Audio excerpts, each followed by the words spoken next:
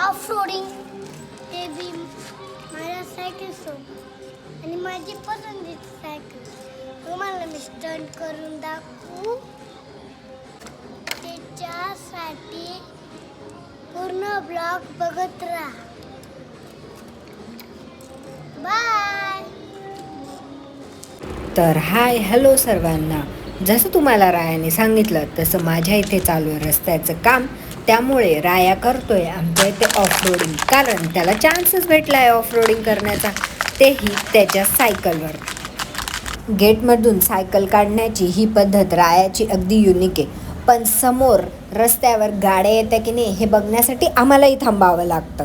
आणि मग रायाची चालू झाली ऑफ रोडिंग सुरू. रस्त्याच्या कामामुळे सगळीकडे माती पसरलेली आहे, सगळा रस्ता उचपटलेला आहे. त्याच्यामुळे ऑफ रोडिंग करण्याची ही संधी राया कशी सोडेल. आमच्या ब्लॉग्सच्या व्हिडिओखाली कमेंट आलेली होती की रायाचे मैदानी खेळसुद्धा दाखवा, म्हणून हा स्पेशल ऑफ रोडिंगचा खेळ त्या सबस्क्रायबरसाठी. ड्रेनेजचे पाईप टाकण्याचं काम चालू झाल्यामुळे आमच्याकडे सर्व रस्ता खोदलेला होता आणि बारीक रेती खडी तसेच सगळीकडे माती पसरलेली होती. त्याच्यामुळे मग रायाने घेतला चान्स आणि अगदी अडचणीच्या रस्त्यावरही तो बघा किती सफाईदार सायकल चालवतो, कारण त्याला सायकल चालवणं खूप आवडतं, मग ते कोणत्याही परिस्थितीत असो. सायकलवरून पडणं झडणं हा तर आमचा रोजचा प्रोग्राम ठरलेलाच आहे. आणि मग त्याला किती वेळा लागतं आणि कुठे लागतं हे तो आता आम्हाला दाखवायला सुद्धा येत नाही. आणि मग जर रोड असा असेल तर मग पडणं झडणं तर चालूच राहणार आहे. यूट्यूबवर पाहिलेल्या विविध ऑफ रोडिंगच्या ॲडव्हेंचरस व्हिडिओजमुळे रायालासुद्धा ऑफ रोडिंग करण्याची खूप हौस होती. मग सायकल घेऊन रायासुद्धा सुरू पडला. दिसायला लहान असला तरी ॲडव्हेंचर करण्याची रायाची हौस काही कमी नाही.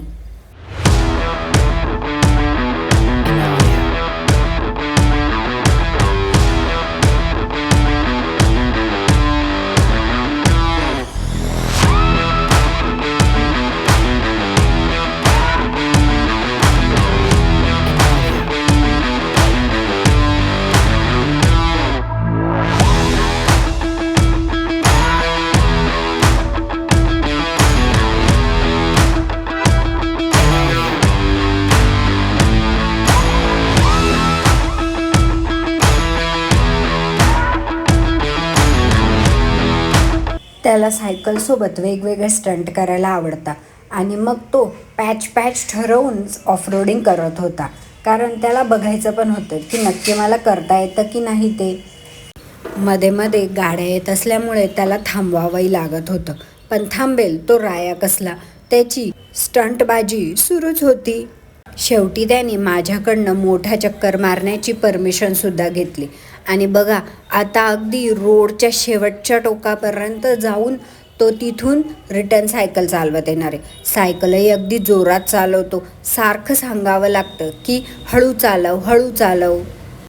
आणि त्या सायकल फास्ट चालवण्यामुळे बऱ्याच वेळा कार्यक्रमांना जाताना आमचं कधी डोकं फुटलेलं असतं, तर कधी गुडघा तर कधी हात. आमच्या गावात सगळीकडेच अशी रस्त्यांची कामं चालू असल्यामुळे सगळ्या बाजूनी रस्ता बंद आहे आणि त्यामुळेच आज गाड्यांची वर्दळ जरा कमी असल्यामुळे रायाला इथे निवांत सायकल चालवता येते. आणि संध्याकाळची वेळ असल्यामुळे ऊनही अगदी कमी आहे. आणि मग स्टंट म्हणून त्याला गाडीला गोल राऊंड मारायचा होता.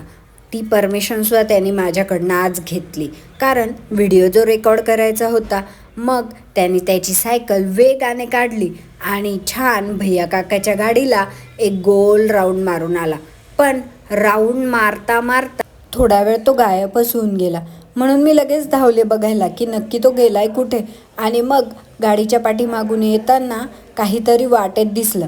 ते काढण्याच्या नादामध्ये जी सायकल सोबत राया पडलाय त्याच्याकडे बघून अगदी केविलवाणं वाटत होतं, पण तो काही जवळ येऊ देत नव्हता. नाही आई, आज शूट करायचंच, ह्याच गोष्टीवर तो ठाम होता. आणि मग पुन्हा त्याने सायकल काढली आणि निघाला पुन्हा त्याच्या स्टंटसाठी. बालहट्टापुढे कोणाचं काय चाललंय तर माझं चालेल. परत चालू झाली रायाची रायडिंग सुरू. रायाच्या ह्या स्टंट करण्यामुळे कमीत कमी आत्तापर्यंत 5 वर्षामध्ये त्याच्या 2 ते 3 सायकल चेंज झाल्या आहे. त्याचा स्पीडच तेवढा आहे. आणि पुन्हा राईड करता करता परत एकदा तो पडला आणि मी गेले त्याला उचलायला. पण रायडिंग काही थांबत नव्हती आणि मग गाड्यांमध्ये जे समोर बांधलेले होते त्यांच्यामध्ये सुद्धा वरती जाण्याची आणि गाड्यामधून स्लोपने खाली येण्याची सुद्धा सायकलिंग सुरू होती. तिथल्या स्लोपवरनं जोरात खाली येण्यामुळे त्याला एक स्टंट केल्यासारखंच फिलिंग येत होतं.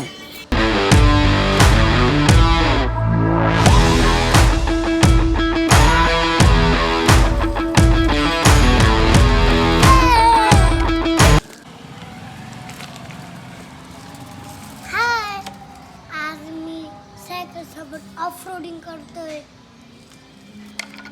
आणि आई सुबी कर ना 2 मिनिट.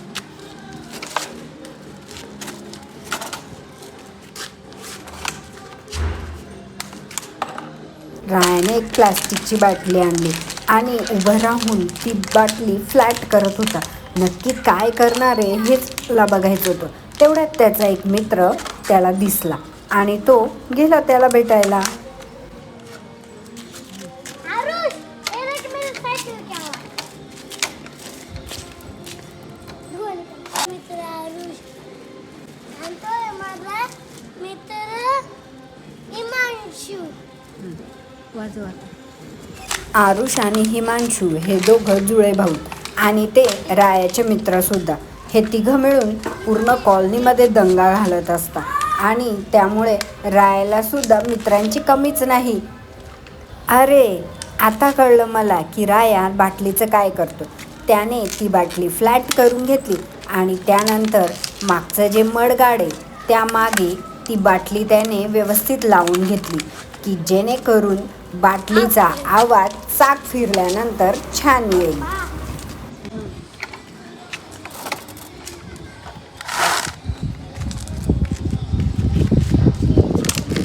स्पोर्ट्स कारचा जसा आवाज येतो तसा सेम आवाज रायाला ह्या बाटलीने काढायचा होता.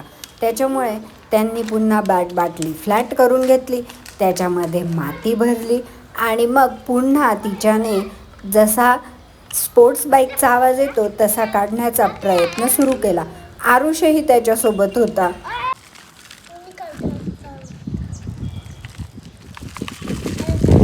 हमारे स्कूल में ना एक स्टूडेंट ना अपनी मम्मी को लात मार रहा था स्कूल में. अबे वर्गीस के अरे ना तो इथं नाही.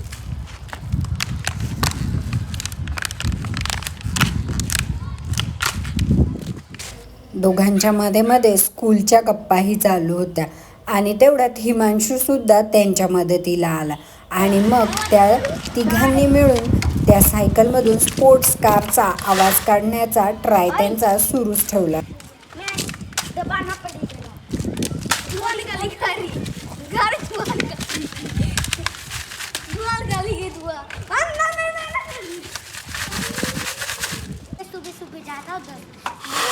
पण आवाज बघून रायाचं काही मन समाधान होत नव्हतं.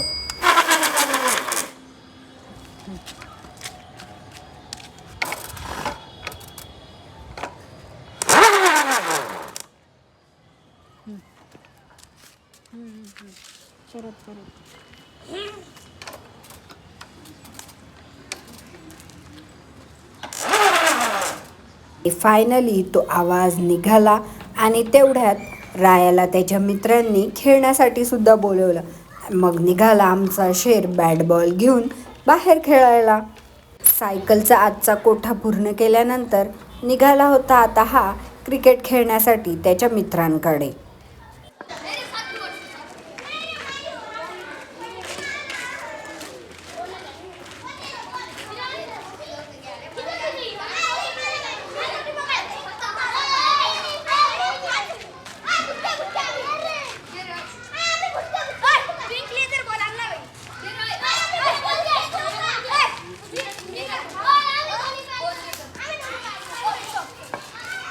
त्यांचं चालू होतं टीम बनवण्याचं काम. पण राया लहान असल्यामुळे तो कोणाच्या टीममध्ये जाईल हे बघू.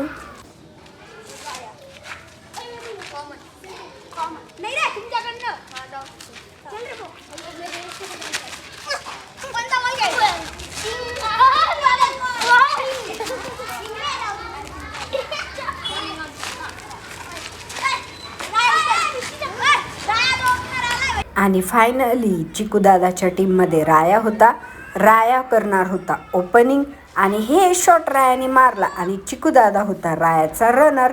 कारण राया लहान असल्यामुळे चिकूदादा पळून जाऊन त्याच्यासाठी रन काढणार होता, कारण ते त्यांच्या टीमसाठीच होते. आणि हे काय, पुढच्या शॉटला राया आऊट झाला. फायनली रायाचा खेळ संपला होता. पण आता वेळ होती चिकूदादाच्या बॅटिंग करायची. मग राया थोडा वेळ बाजूला थांबला आणि मग चिकूदादाने सुद्धा जोरदार शॉट्स मारायला सुरुवात केली. त्यांचा हा खेळ छान रंगला होता आणि चिकूदादाचे शॉटसुद्धा जोरदार सुरू होते. हळूहळू संध्याकाळ व्हायला लागली होती आणि आता आम्हीसुद्धा घरी जायला निघालो होतो. तर रायाचा हा ॲडव्हेंचरस डे तुम्हाला कसा वाटला ते नक्की कमेंटमध्ये सांगा. आणि असेच नवनवीन व्हिडिओ बघण्यासाठी चॅनलला लाईक करा, सबस्क्राईब करा, शेअर करा. थँक्यू आमचे व्हिडिओ बघण्यासाठी. बाय.